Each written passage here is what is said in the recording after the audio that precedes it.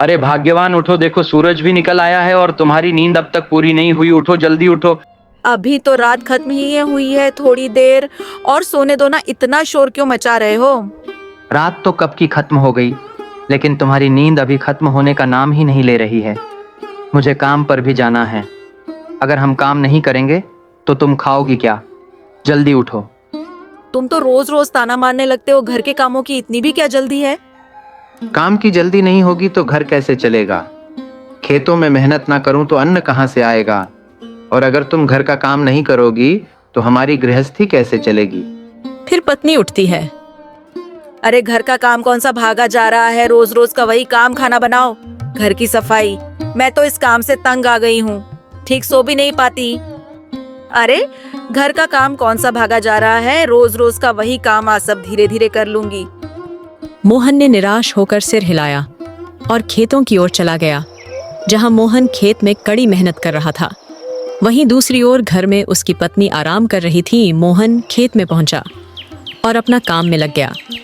उसकी मेहनत का कोई अंत नहीं था। सूरज की तपिश बढ़ती जा रही थी, लेकिन मोहन बिना रुके अपने खेत की देखभाल में लगा था।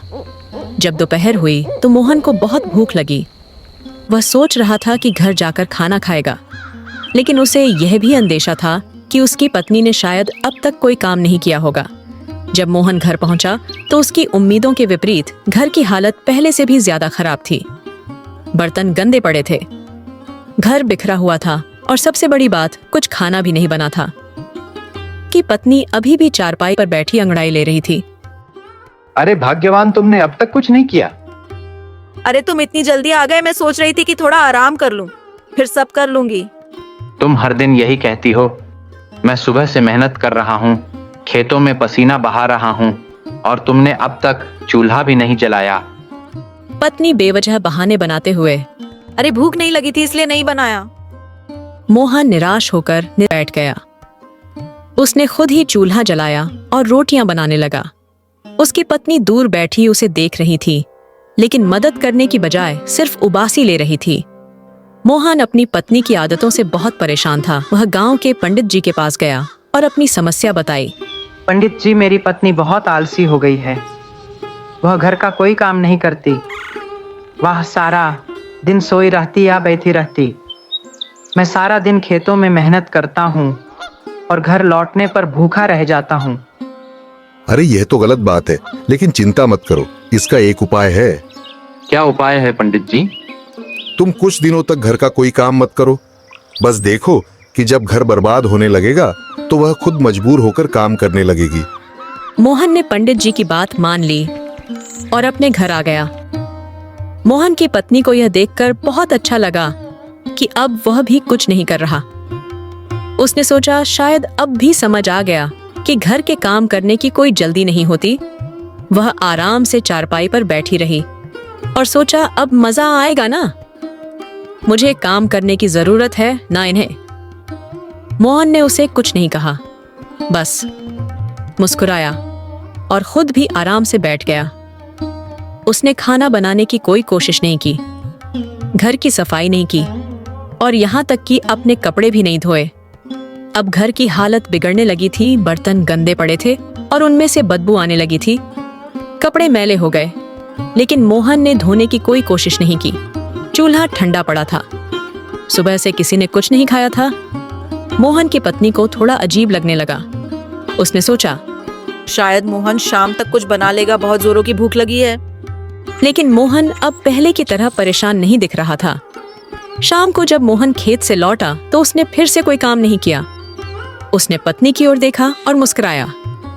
उसकी पत्नी को थोड़ी झिझक हुई, लेकिन उसने अब भी हिम्मत नहीं हारी। उसने सोची कि अभी और देखती हूँ, ये सब कितने दिन तक चलता है।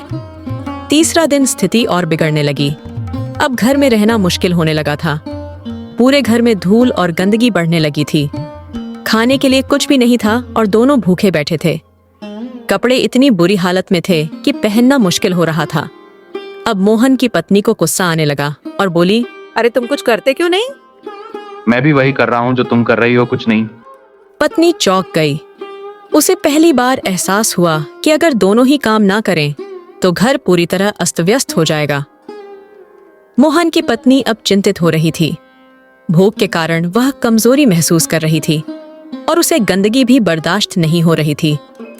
उसकी पत्नी को पहली बार इस बात का एहसास हुआ कि किसान की मेहनत का घर चलाने में कितना बड़ा योगदान है। उसे यह भी समझ आया कि घर के काम को छोटा समझना बहुत बड़ी गलती थी।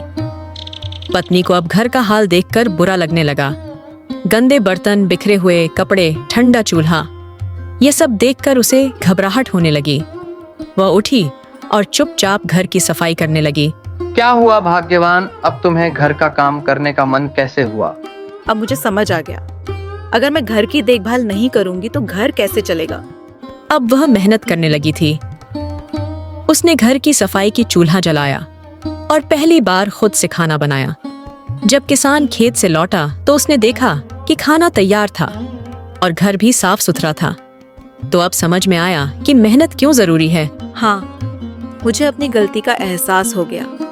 अब से मैं मेहनत से घर संभालूं कि बहुत अच्छा मेहनत करने से ही जीवन चलता है। घर संभालो तो मैं खेत संभालूं और हमारा जीवन सुखमय बनेगा।